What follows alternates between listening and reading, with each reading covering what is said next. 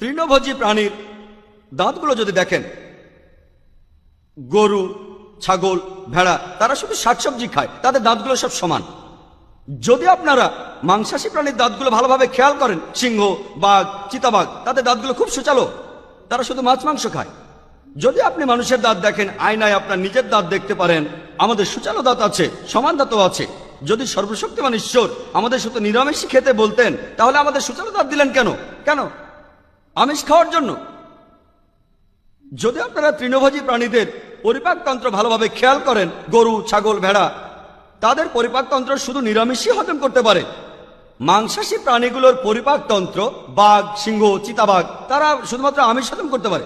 আর আমাদের মানুষের পরিপাকতন্ত্র আমিষ নিরামিষ দুটোই হজম করতে পারে। যদি সর্বশক্তিমান ঈশ্বর আমাদের শুধু নিরামিষই খেতে বলতেন, তাহলে কেন এমন পরিপাকতন্ত্র দিলেন যেটা আমিষ নিরামিষ দুটোই হজম করতে পারে? তাই বিজ্ঞান নিয়ে যদি পরীক্ষা করেন, সৃষ্টিকর্তা আমাদের আমিষ নিরামিষ দুটোই খাওয়ার অনুমতি দিয়েছেন। আশা করি উত্তরটা পেয়েছেন।